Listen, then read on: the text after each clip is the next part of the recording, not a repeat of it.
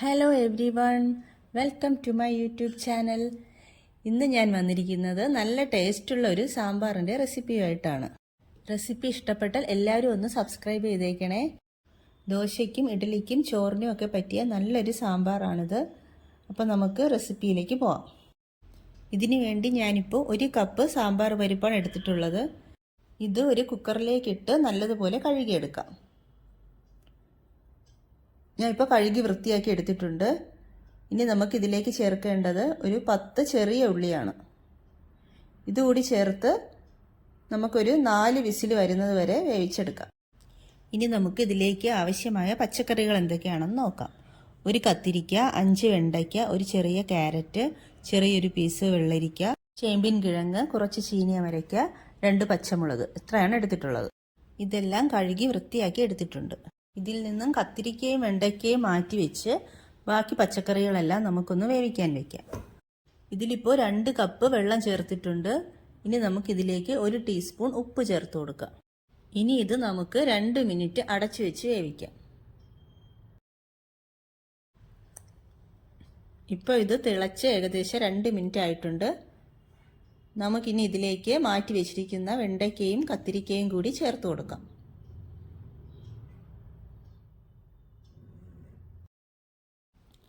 ഇതെല്ലാം ചേർത്ത് നന്നായി ഒന്ന് മിക്സ് ചെയ്ത് കൊടുക്കണം. ഇനി നമുക്ക് ഇതിലേക്ക് ആവശ്യമായ പൊടികളൊക്കെ ചേർത്ത് കൊടുക്കാം. 1 ടീസ്പൂൺ മുളക് പൊടി, 1 ടീസ്പൂൺ മല്ലിപ്പൊടി, 1/2 ടീസ്പൂൺ മഞ്ഞൾപ്പൊടി, 1/4 ടീസ്പൂൺ കായപ്പൊടി, ഇത്രയും കൂടെ ചേർത്ത് നല്ലതുപോലെ മിക്സ് ചെയ്തെടുക്കാം.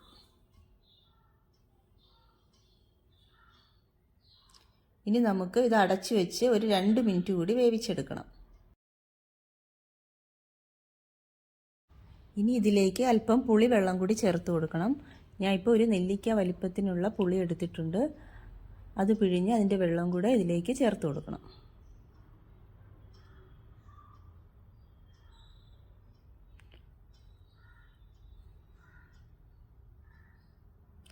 ഇതിവിടെ ചേർത്തൊന്ന് അടച്ചു വയ്ക്കാം.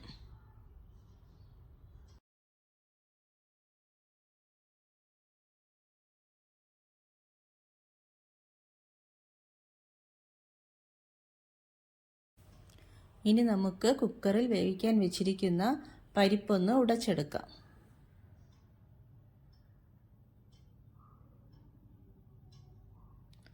നന്നായി ഉടഞ്ഞു വന്ന ശേഷം നമുക്കിതിലേക്ക് 1 ടീസ്പൂൺ സാമ്പാർ പൊടി കൂടി ചേർക്കാം.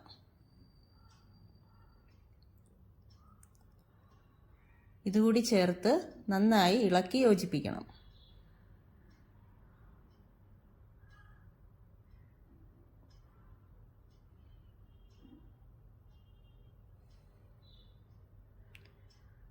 ഇനി നമുക്കിത് വേവിച്ച് വെച്ചിരിക്കുന്ന പച്ചക്കറികളിലേക്ക് ചേർത്ത് കൊടുക്കാം. ഇനി ഇത് നന്നായി മിക്സ് ചെയ്ത് കൊടുക്കണം.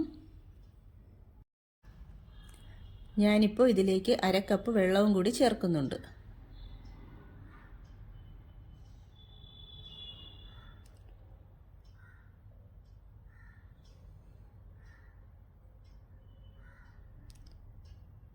എല്ലാം കൂടി നല്ലതുപോലെ തിളച്ച് വരണം.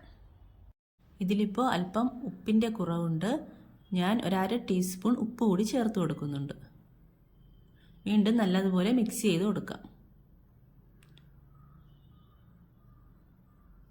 ഇനി നമുക്കിതിലേക്ക് മല്ലിയില ചേർത്ത് കൊടുക്കാം. മല്ലിയില ചേർത്ത് കൊടുത്ത ഉടനെ ഫ്ലെയിം ഓഫ് ചെയ്യാം.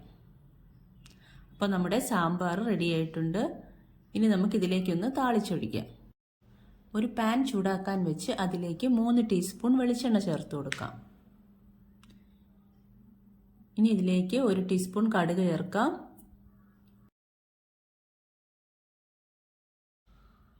കടുക് പൊട്ടി വരുമ്പോഴേക്കും അരിഞ്ഞു വെച്ചിരിക്കുന്ന ചെറിയ ഉള്ളി കൂടി ചേർത്ത് കൊടുക്കാം. ചെറിയ ഉള്ളി നന്നായി മൂത്ത് വരണം. ഇനി ഇതിലേക്ക് കറിവേപ്പില കൂടി ചേർത്ത് കൊടുക്കാം.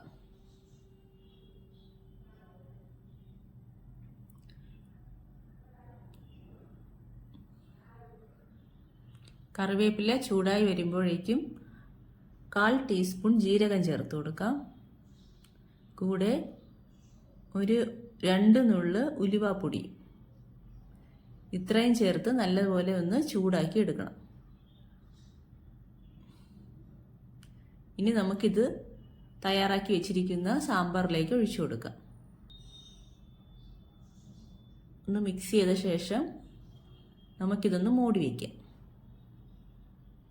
അപ്പോൾ നമ്മുടെ സൂപ്പർ ടേസ്റ്റുള്ള സാമ്പാർ റെഡി ആയിരിക്കുകയാണ്.